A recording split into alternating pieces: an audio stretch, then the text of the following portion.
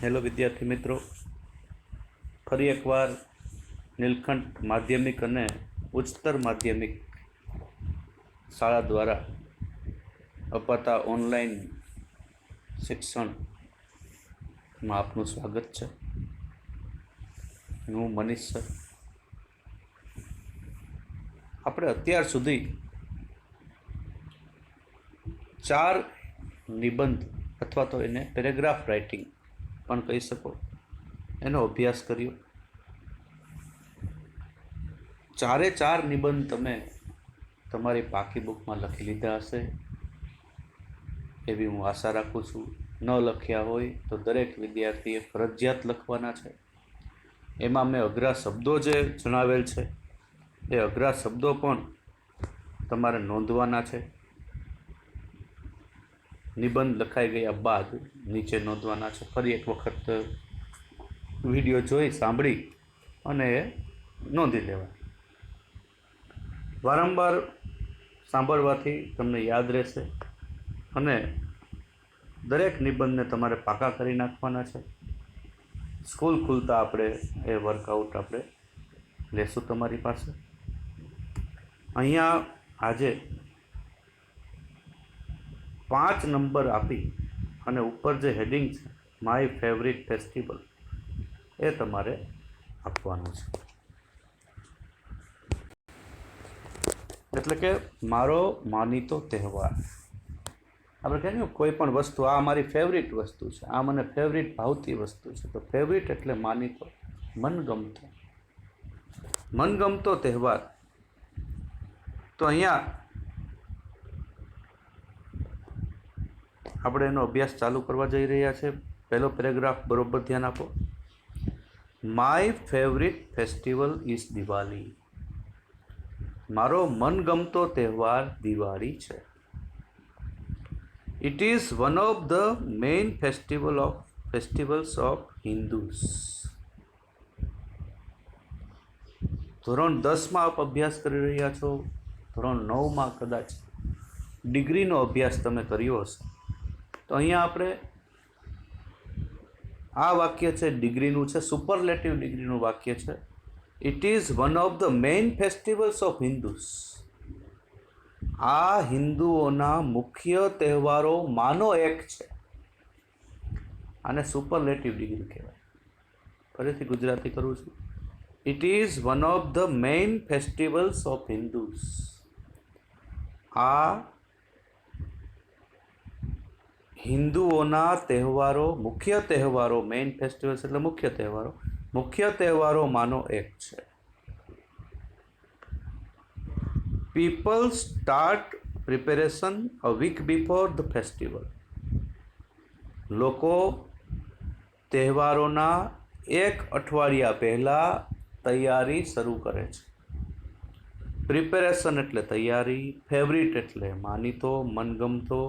આ બધા શબ્દો છે તમારે નીચે પછી નિબંધ લખાઈ ગયા બાદ, પેરેગ્રાફ લખાઈ ગયા બાદ છે લખવાના છે. Preparation a week before the festival. લોકો તહેવારના 1 અઠવાડિયા પહેલાં તૈયારી શરૂ કરે છે. People clean their houses and shops. લોકો તેમના ઘરો અને દુકાનો સાફ કરે છે. બધા જ વાક્યો તમે જોઈ શકો છો સાદા વર્તમાન કાળનો ઉપયોગ કરીને લખેલા છે. સાદા વાક્યો લખેલા છે. બરોબર ધ્યાનપૂર્વક સમજશો તો તરત જ આવડી જશે. ફેસ્ટિવલ કોઈ પણ તમે લખી શકો છો. તમને માય ફેવરિટ ફેસ્ટિવલ વિશે પૂછાય પેરેગ્રાફ તો તમે આ લખી શકો છો. બીજો કોઈ પણ હોલી છે, નવરાત્રિ છે, એ પણ લખી શકો છો. કોઈ પર્ટિક્યુલર ચોક્કસ નિબંધ લખવાનું કહે તો આપણે એ રીતે લખવાનું જોઈએ. અહીંયા માય ફેવરિટ ફેસ્ટિવલ એટલું જ છે તો આપણે એમાં એને દિવાળીમાં કન્સિડર કર્યો છે. પછી વાત છે every corner of the houses, shops and offices is cleaned before Diwali. એટલે કે ઘર, દુકાનો અને ઓફિસોનો દરેક ખૂણો દિવાળી પહેલાં સાફ કરવામાં આવે છે. ખૂણામાંથી દરેક કચરો આપણે દૂર કરી દઈએ છીએ દિવાળી ઉપર. ફરીથી ગુજરાતી.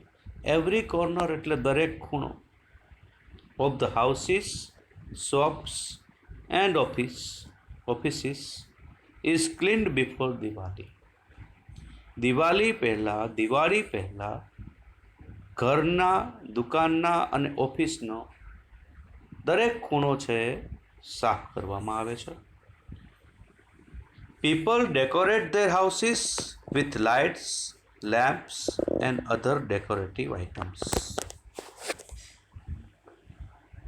લોકો તેમના ઘર દીવાઓ, લાઇટિંગ્સ, લેમ્પ્સ એટલે દીવાઓ અને અધર ડેકોરેટિવ અને બીજી સુશોભિત કરવાની વસ્તુઓ જે છે એના દ્વારા ઘરને ડેકોરેટ કરે છે, એટલે કે સજાવે છે. બીજી સજાવટની વસ્તુઓથી એના ઘરને સજાવે છે લોકો. પીપલ, બીજો પેરેગ્રાફ ચાલુ કરીએ છીએ, બરોબર ધ્યાન આપજો. ડેકોરેટિવ આઇટમ્સ નવો શબ્દ ઉપર આવ્યો છેલ્લી લીટીમાં, સજાવટની વસ્તુઓ. People shop for new clothes. લોકો નવા કપડાઓ ખરીદે છે. શોપ અહીંયા ક્રિયાપદ તરીકે છે, દુકાન નથી સમજવાનું, ખરીદે છે, શોપિંગ કરતા હોય છે લોકો, એની વાત છે અહીંયા પીપલ્સ ક્યારેય લખવું નહીં. પીપલ પોતે જ સમૂહવાચક નામ છે, એનું ક્યારેય બહુવચન થતું નથી, ધ્યાન આપવાનું છે વિદ્યાર્થી મિત્રો. People shop for new clothes એટલે કે લોકો નવા કપડાં અને ગિફ્ટ્સ ઓન ધીસ ફેસ્ટિવલ. લોકો આ તહેવાર ઉપર નવા કપડાં અને ભેટ, ગિફ્ટ ખરીદે છે. The markets are flooded with variety of gifts and sweets. Market એટલે કે બજારો, આર ફ્લડેડ, અહીંયા ફ્લડ એટલે એકચ્યુઅલી થાય છે પૂર, પણ અહીંયા ઉભરાઈ જાય છે. બજારો ઉભરાય છે કેના દ્વારા? With variety of gifts and sweets. વિવિધ પ્રકારની ભેટ સોગાદો અને મીઠાઈઓ દ્વારા બજારો ઉભરાય છે.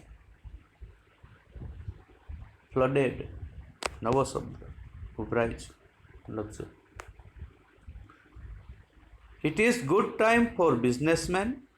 આ વેપારીઓ માટે સારો સમય હોય છે. People meet each other on this days and exchange gifts as a celebration. લોકો આ દિવસોમાં એકબીજાને મળે છે and exchange gifts as a celebration, અને ઉજવણી સ્વરૂપે એકબીજાને ભેટ સોગાદોની આપલે કરે છે. એક્સચેન્જ એટલે આપલે કરવું, ઉજવણી સ્વરૂપે એકબીજાને ભેટ સોગાદોની આપલે કરે છે. એક્સચેન્જ, આપલે કરવી, શબ્દ નોંધવાનો છે તમારે. On the day of Diwali people light up their houses with diyas, candles and lights. દિવાળીના દિવસે લોકો તેમના ઘર દીવાઓ, કેન્ડલ્સ, મીણબત્તીઓ અને લાઇટ દ્વારા, વીજળીના ગોળા એવું નથી બોલતા, પણ લાઇટ્સ, આપણે ઇંગ્લિશ શબ્દોને ધ્યાનમાં લેવાના છે. આ તો તમને સમજાય એટલા માટે હું તમને ગુજરાતી સમજાવું છું, જેથી કરીને આપણને સમજાય તો યાદ રહેવામાં સરળતા રહે. તો people light up their houses with diyas, candles and lights. લોકો તેમના ઘરો દીવાઓ, મીણબત્તીઓ અને લાઇટ દ્વારા પ્રકાશિત કરે છે. લાઇટ અપ શબ્દ, લાઇટ અપ ક્રિયાપદ છે. લાઇટ અપ નોંધ કરજો, LIGHTUP, લાઇટ અપ, પ્રકાશિત કરવું. They also make rangoli. તેઓ રંગોળી પણ બનાવે છે. And decorate there houses with flowers, અને ફૂલોથી તેમના ઘર સજાવે છે. ડેકોરેટ એટલે સજાવવું. ડેકોરેશન શબ્દ ડેકોરેટ ઉપરથી બનેલો છે. ડેકોરેશન સજાવટ, ડેકોરેટ એટલે સજાવવું. પીપલ વર્શિપ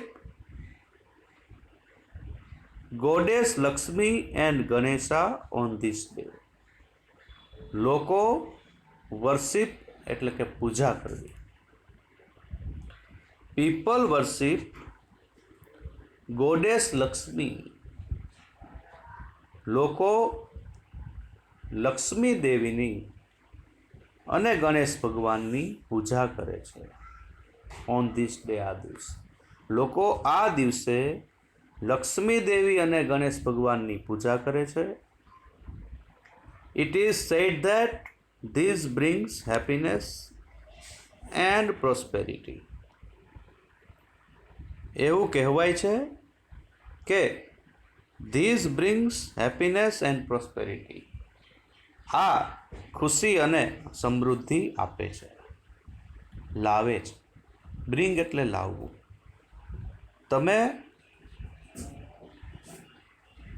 તમે લક્ષ્મી દેવી અને ગણેશ ભગવાનની પૂજા કરો તો એ આપણને શું લાવી આપે છે? તો સુખ, હેપીનેસ એન્ડ પ્રોસ્પેરિટી, સમૃદ્ધિ. સુખ અને સમૃદ્ધિ આપે છે.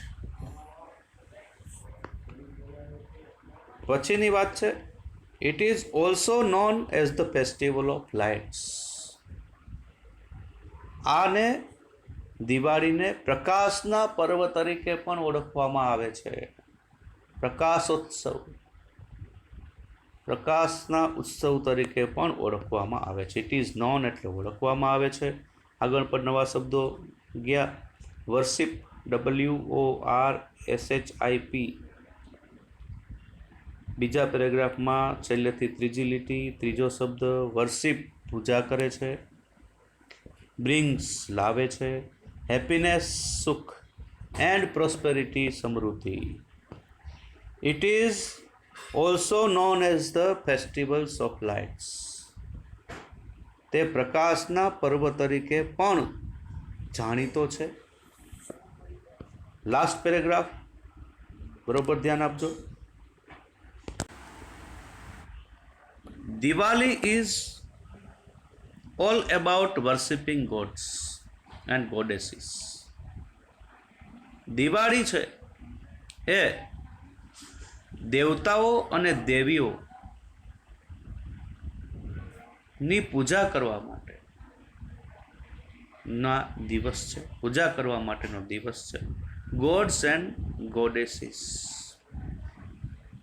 જાતિ બદલોમાં ઘણી વાર પૂછાય કે દેવતા એટલે ગોડ અને જે દેવીઓ છે એને આપણે માતાજી જેને કહે છે એ ગોડેસીસ. Burning crackers. દિવાળીમાં દેવી દેવતાઓની પૂજા કરવાની છે. Burning crackers. ક્રેકર્સ એટલે ફટાકડા, બર્નિંગ એટલે ફોડવા, ફટાકડા ફોડવા. એન્ડ હેવિંગ સ્વીટ્સ, અને મીઠાઈઓ ખાવી. એનો જ આ તહેવાર છે. દિવાળી ઉપર બધા દેવી દેવતાઓની પૂજા કરતા હોય છે, ફટાકડા ફોડતા હોય છે અને મીઠાઈઓ ખાતા હોય છે.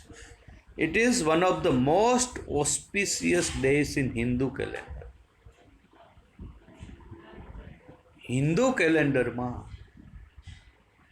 આ સૌથી પવિત્ર, ઓસ્પિશિયસ શબ્દ ખાસ યાદ રાખજો. આ પેરેગ્રાફમાં 3 શબ્દો આવ્યા, ધ્યાન આપો. બર્નિંગ, ફોડવું. અહીંયા બર્નિંગ એટલે બાળવું નહીં, બર્ન એટલે બાળવું થાય, પણ બર્નિંગ એટલે ફોડવું. ક્રેકર્સ, ફટાકડાઓ. હેવિંગ સ્વીટ્સ, મીઠાઈઓ ખાવી. It is one of the most auspicious શબ્દ ખાસ મહત્વનો છે. આવા શબ્દો લખવાથી આપણી ઇમ્પ્રેશન સારી પડે છે જોનાર પર અને આપણને સારા માર્ક્સ મળે છે. ઓસ્પિશિયસ, પવિત્ર. It is one of the most auspicious days in Hindu calendar. Hindu તારીખિયામાં આ સૌથી પવિત્ર દિવસોમાંનો એક દિવસ છે.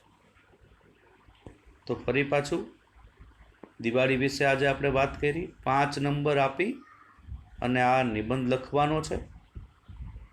શાંતિથી સારા અક્ષરથી ફેરબુકમાં લખવાનો છે. નવા શબ્દો નીચે તારવવાના છે અને પાકો કરવાનો છે. એટલું કામ તમારે આજ કરવાનું છે. આપે મને સાંભળ્યો એ બદલ આપનો આભાર. તમારી જાતનું ધ્યાન રાખજો. ઘરે રહી અને સુરક્ષિત રહેજો અને ખૂબ જ શાંતિથી આનો અભ્યાસ કરશો એવી મારી આશા છે. Thank you very much.